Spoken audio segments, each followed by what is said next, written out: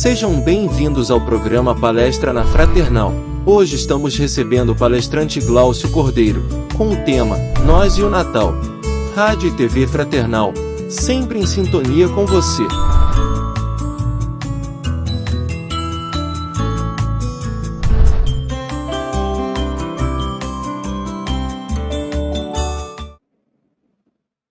Olá, é uma honra e uma alegria muito grande poder encontrar você no dia de hoje para nós falarmos de um tema que toca diretamente a nossa alma, o mais profundo do nosso coração, o Natal. Havia se passado cerca de 1.200 anos aproximadamente da chegada do Mestre aqui entre nós, e pelos desenganos, pelos erros, nosso imediatismo, a nossa vaidade, nós havíamos escondido a divina proposta de Jesus para todos os homens. E numa pequena cidade, fortificada, bonita, empedrada, um jovem havia abandonado a vida de burguesia, de riqueza, por que não dizer, para assumir um novo compromisso. Um compromisso com Jesus. Seu nome, Giovanni di Bernardoni. Mais tarde nós vamos encontrar esse nosso querido amigo nas páginas de nossa história com o nome de Francisco de Assis. Um apelido que virou um nome, que virou uma marca, que virou um símbolo entre nós. Largou a disputa pela glória nos campos de batalha, a riqueza dos empreendimentos de seu pai e de sua família, para um compromisso direto com Jesus de trazer novamente a mensagem do amor, da fraternidade entre nós os homens. Havia muita distância e muita dificuldade naquela sociedade porque pouquíssimos tinham recursos suficientes para uma grande vida. A maioria da população trabalhava nos campos, vivia de uma forma muito segura, muito difícil em termos de recursos. Suas representatividades eram baixas diante dos poderes.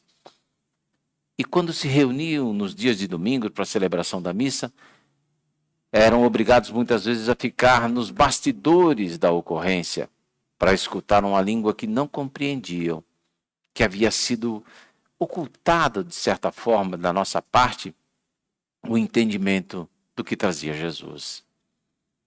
Num dos seus esforços, depois de ter abandonado a vida laica, Francisco começa a montar uma representação do Natal para instruir aquelas pessoas de poucos recursos, de baixo entendimento, do que tinha sido o nascimento de Jesus. Fez pequenos bonecos, mostrando ali a ovelha, o boi, o jumento, a pequena imagem do menino que havia chegado ao nosso planeta, cercado de amor pelo seu pai e pela sua mãe. Era a criação do primeiro presépio, trazendo a instrução para todos nós da vinda de Jesus. E assim, recuperava-se o símbolo do Natal. Um Natal que nós, mais tarde, iríamos compreender de uma forma totalmente diferente.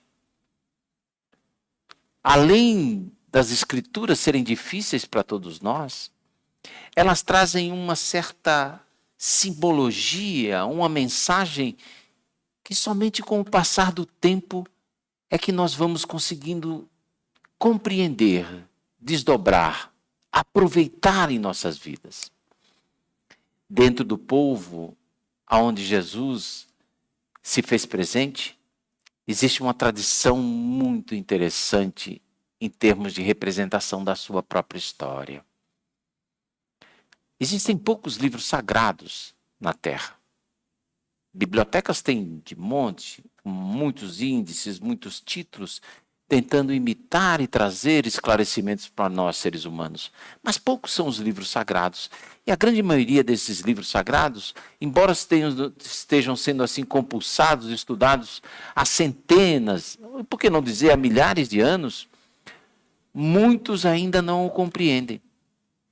Os seus próprios criadores fizeram questão de colocar em cifras, em pesos, em números, algumas passagens que são um impedimento a ser lidos simplesmente pelo nosso raciocínio, pelo nosso cérebro, pela nossa razão. Elas, na maioria das vezes, trazem mensagens que têm que ser lidas pelo nosso coração. E o nosso coração só consegue ler essas mensagens quando ele está livre de determinados preconceitos, posições radicais e dificuldades que nós trazemos na nossa vida. Dentre essas passagens, nós temos que compreender como surge a história do Natal. Porque não é uma história simplesmente entre eles e nós, mas simplesmente uma história sobre nós, o tempo todo. Nós do céu, nós de Deus, nós irmãos. Nas páginas que nós conseguimos compostar nos dias de hoje, graças à brilhante mediunidade de alguns amigos, tal como o nosso Chico Xavier, no livro A Caminho da Luz, Emmanuel já traz o princípio de formação do nosso globo. E o interessante é que se a gente começar a estudar nos pormenores do Antigo Testamento, onde se encontra a Gênese, nós vamos verificar que ali Deus, na sua simbologia, já se faz acompanhar de diversos cooperadores. E Jesus era um desses grandes cooperadores. E ele mesmo se intitula como o não maior no reino dos céus. E a história do nosso Natal simboliza a chegada do Cristo entre nós, tem o seu rastro na história de aproximadamente 10.000 anos atrás. Quando nós havíamos conseguido dominar determinadas coisas para a nossa sobrevivência, a nossa civilidade e a nossa melhoria. Tínhamos começado a construir algumas cidades, elaborado algumas leis. E nos diversos orbes que compõem todo o cosmos, algumas civilizações passavam por transformações profundas. E muitos daqueles que eram mentes brilhantes, corações ativos, não haviam conseguido alcançar o propósito de progresso. Foram eles, graças à misericórdia divina, convocados ao seu resgate pessoal, à sua melhoria evolutiva, e para esse resgate, essa melhoria evolutiva, far-se-ia necessário que eles fossem para outros orbes de desenvolvimento um pouco mais atrasados, para que pudessem ajudar os irmãos ali distantes a evoluírem. Então, nesse tempo, Jesus se reúne com milhões deles, de uma forma que somente o tempo vai nos explicar como isso acontece. E começa a delinear um grande plano, dizendo: é chegada a alvorada de uma nova civilização. Nós precisamos ajudar os nossos irmãos em evolução a dar o próximo passo rumo à luz. Então nós precisamos preparar as pessoas, os espíritos e o planeta para essa escalada. E a partir de então, há 10.000 anos atrás, nós aqui nesse planeta bendito, maravilhoso chamado Terra, começamos a receber o influxo dos mensageiros convocados por Jesus num trabalho de resgate, recuperação e evolução, as diretrizes do novo homem que nós deveríamos ser, que nós devemos ser, que nós seremos. de certa maneira, nós não percebemos que a estruturação de um passo tão importante para todos nós começa muito mais além do que nós imaginávamos, do que nós temos representado, do que nós temos escritos. Em diversas partes do globo, onde existiam núcleos civilizatórios de monta, começam a chegar novas ideias, novas instruções, novas leis, novo senso organizacional, o desenvolvimento, a engenharia, a arquitetura, a filosofia, por que não dizer? São todos eles espíritos que escutaram a mensagem de que Jesus um dia viria ter entre nós.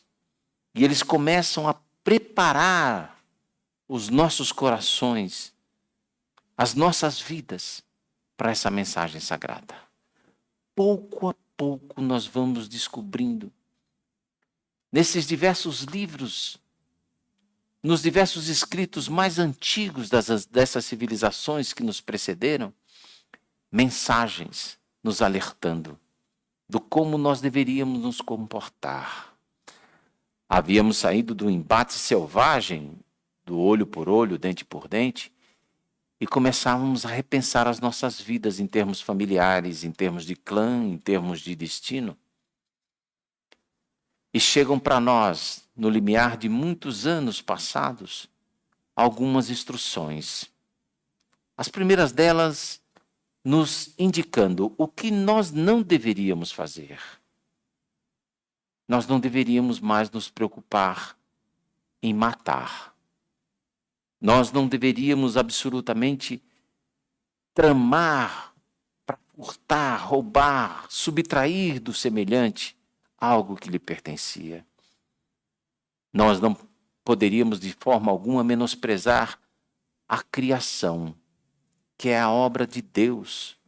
E deveríamos reverenciar e admirar todas as formas de vida dentro do nosso grau de entendimento e respeito. Deveríamos cuidar dos nossos pais, deveríamos cuidar da nossa sociedade, dos nossos irmãos, sermos mais fraternos. Ali estava indicado, através do que nós chamamos do Código de Procedimento de Moisés, os 10 Mandamentos, o não fazer. E alguma coisa do que fazer. Dentro das entrelinhas trazidas pelo profeta maior, Moisés, e depois os mensageiros que vieram, na forma dos profetas, na forma dos sábios, nós vamos encontrando a construção da fraternidade, da indicação, para nós nos adequarmos a esse novo estágio. Chegado então o tempo da vinda de Jesus, nosso coração havia mais uma vez cometido o engano do orgulho, do desvio, do imediatismo, das recompensas diretas aqui da terra. Muitas das vezes achávamos que nós éramos seres privilegiados porque tínhamos riqueza, porque tínhamos sabedoria, porque tínhamos saúde. E o restante daqueles que vagavam nas terras perdidas, sem saúde, sem o recurso, sem a fraternidade, sem a família, eram pessoas que haviam sido abandonadas por Deus. No descrever da história da chegada de Jesus, o apóstolo Mateus traz algumas coisas interessantíssimas na construção. A partir mesmo da própria árvore genealógica de Jesus. Aqueles 40 e tantos nomes que fazem parte da escala, da escada da chegada do Messias. Vai introduzindo sutilmente, de uma maneira maravilhosa, a inclusão de judeus e não judeus. De pessoas santas, justas, com pessoas apaixonadas pela vida, perdidas, que cometeram diversos enganos e deslizes, mas que voltaram para o bom caminho.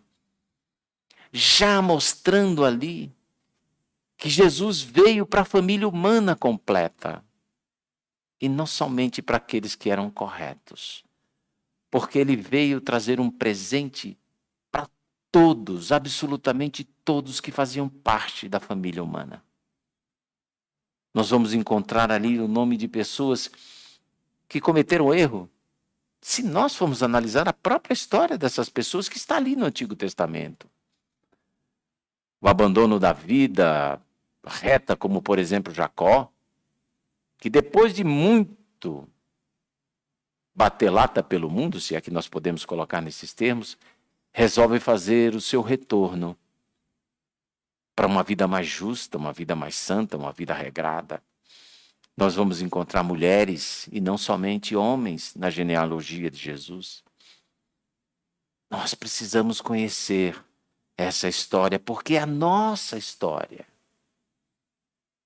E quando Jesus, mais uma vez, na sua infinita sabedoria, na sua grandiosa sabedoria comparada à nossa, vai montar a representatividade da sua chegada na forma do Natal, escolhendo o palco de inauguração do seu primeiro dia entre nós. Ele não escolhe os castelos, ele não escolhe as famílias nobres. Ele vai escolher uma família de trabalhadores, de perseverantes e de pessoas que, acima de tudo, carregam dentro do coração a fé, a fraternidade e o amor. José é conhecido como um homem justo, um tzadik. Maria como uma sublime donzela. E quando Jesus chega, ele traz em si já uma série de símbolos para que nós não esqueçamos as condições com as quais ele veio e por que é que ele veio e para quem é que ele veio. Nossa mente estava muito ocupada, querendo saber de poder, querendo saber de expulsar o inimigo que existia na terra, que dominava tudo, que tentava organizar, das escaramuças que existiam, no sentido de tentar arrebatar para si a glória, o poder, da ambição, da submissão de certos povos aos nossos caprichos, da busca incessante, inebriante da riqueza, do poder, sem perceber que nós tínhamos algo de maior para construir dentro de nós. E Jesus simbolicamente vem, e o único espaço que existia para ele poder chegar aos braços de sua mãe era num cômodo apertado onde viviam os animais, para mostrar que sim, ele vinha para o sentimento mais rasante de todos nós seres humanos, próximos ainda à sobrevivência do corpo, ao idealismo do imediatismo que nos visita de nós sobrevivermos. O único espaço que existia para depositar o seu corpo era numa manjedoura, um local de abastecimento das energias animais, daqueles que cercavam. E a única coisa que tinha de sua disposição era a palha seca que lhe serviu de acolchoado para mitigar um pouco a dureza do local. Símbolos até hoje para nós que representam que essa é a porção que existe em nós, seres humanos. Esse lado ainda difícil, pobre, que nós guardamos para aquilo que deveria ser o mais sagrado entre nós. E essa reflexão de nós com relação a esse Natal que nós queremos trazer, para nós pensarmos nessa data sagrada que já faz parte de nossas vidas, qual o local que nós estamos reservando para Jesus em nossas vidas? Porque Jesus nasce todos os dias em locais diferentes, para cada um de nós de forma individual. O quanto nós reservamos de nós mesmos para eles? Um cômodo escuro, apertado, onde guardamos o animal das nossas revoltas, dos nossos individualismos, do nosso egoísmo? Ou já faz parte de colocá-lo no lugar mais sagrado de nossos lares, de nós mesmos, da nossa própria tenda pessoal, do nosso próprio tabernáculo?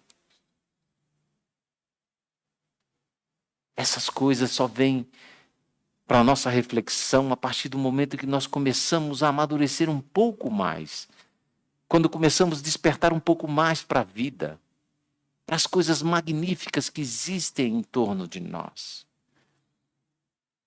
É muito comum nós encontrarmos na história de nossas famílias que frequentaram, durante muito tempo muitas igrejas, muitos templos, que foram construindo através da dificuldade ainda do nosso país, lá pelas décadas de 50, 40, 30, a história da roupa da missa,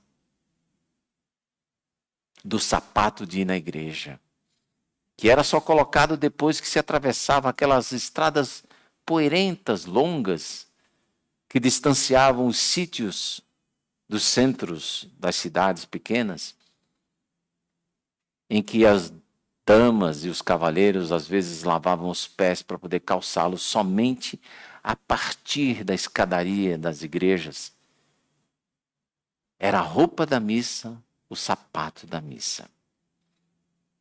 Porque era um dia específico. Era um dia do sagrado. E qual é o dia do sagrado, se não todos os dias de nossa vida? Todos os dias da semana. Todos os dias em que nós podemos despertar diante de todos aqueles que nos cercam, no sentido de aprender e servir. Porque essa é a maior mensagem do Natal para nós. Lembrando que nós ainda somos aquela manjedoura. Nós ainda somos o local de guarda do nosso imediatismo, da nossa parte mais primitiva ainda, que agasalha e recebe Jesus. É necessário levá-lo ao andar de cima da nossa habitação, fazendo com que ele faça parte de nossas vidas. Todos os nossos atos, todos os nossos pensamentos devem migrar no sentido do nosso entendimento de sabermos em que local, em que tempo de nossa história nós estamos inseridos. Lembrando uma frase que deve nos acompanhar o tempo todo para nosso esclarecimento e nosso amadurecimento, cunhada por Teilhard de Chardin, que era um padre jesuíta de mente aberta, com alguns pensamentos que o colocaram até em determinados apuros, podemos dizer assim. Porque todos aqueles que pensam de forma mais aberta, muitas das vezes enfrentam a contramão da cultura de nós, os homens. Nós não somos homens passando por uma experiência espiritual. Nós somos espíritos passando por uma experiência humana. E nós não podemos, de forma alguma, nos esquecermos exatamente disso. De que todos nós temos que levar aquilo que nós acreditamos para todos os menores procederes de nossas vidas. Para dizer efetivamente que o Natal está não para nós, mas em nós, como uma nova mensagem para um novo homem que nos espera, para esse futuro que nós tanto ambicionamos, sem separativismo, sem nós e eles, mas entendendo que é para todos nós, finalmente, que somos irmãos, independentemente da nossa cor, independentemente do nosso sexo, das nossas escolhas, dos nossos países, dos nossos hinos, do que conseguimos produzir, do que nós sabemos. Estamos todos engajados num trabalho de melhoria do nosso planeta, de evolução de nossas vidas. Porque aí sim nós entenderemos o grande espírito que nos move, a grande força que nos motiva para podermos seguir em frente. É hora de nós ampliarmos o nosso coração no sentido de ampliar os nossos laços familiares, nos colocando no papel de irmãos uns dos outros, sem torcer para esse ou aquele, mas simplesmente torcer pela paz entre os homens, pelo amor entre nós. Temos, sem dúvida nenhuma, uma grande pressa, um grande desejo de que esse tempo que nós chamamos do planeta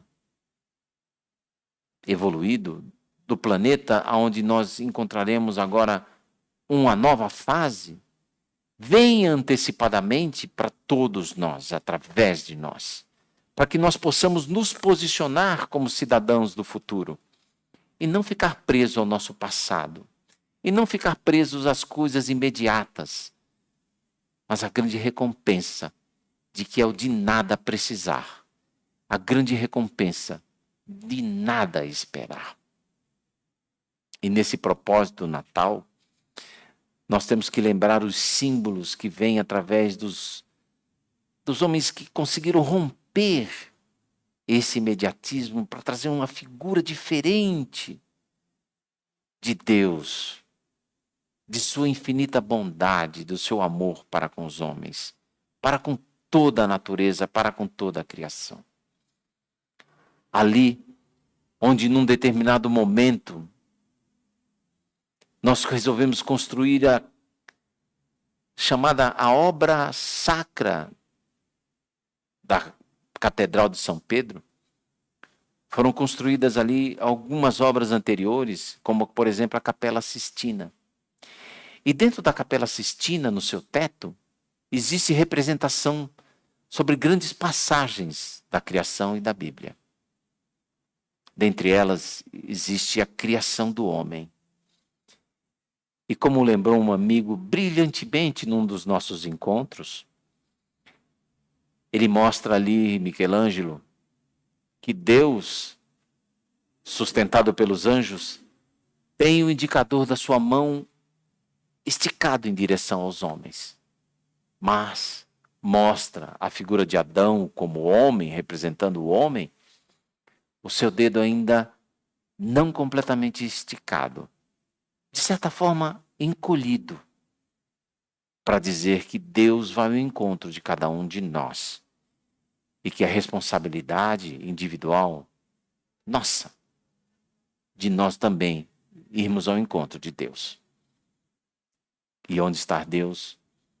Deus está em cada um de nós, em cada um daqueles que nós encontramos na rua, para que possamos, através do nosso sorriso, do nosso abraço, da nossa palavra, sintetizar, criar um sinônimo de um feliz, brilhante e fraterno Natal.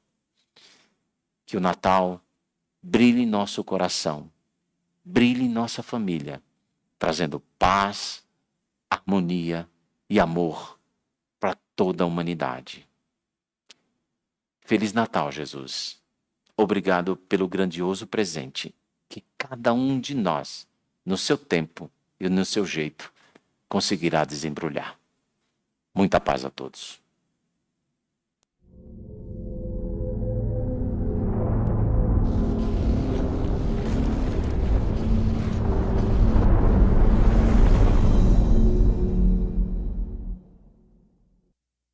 Acabamos de apresentar mais um programa Palestra na Fraternal. Sempre uma palestra diferente com temas ligados à doutrina espírita. Assista pelo YouTube, pela TV Fraternal e também no Facebook. Ouça pelo aplicativo da Rádio Fraternal e pelo site fraternal.net.br. Rádio e TV Fraternal, sempre em sintonia com você.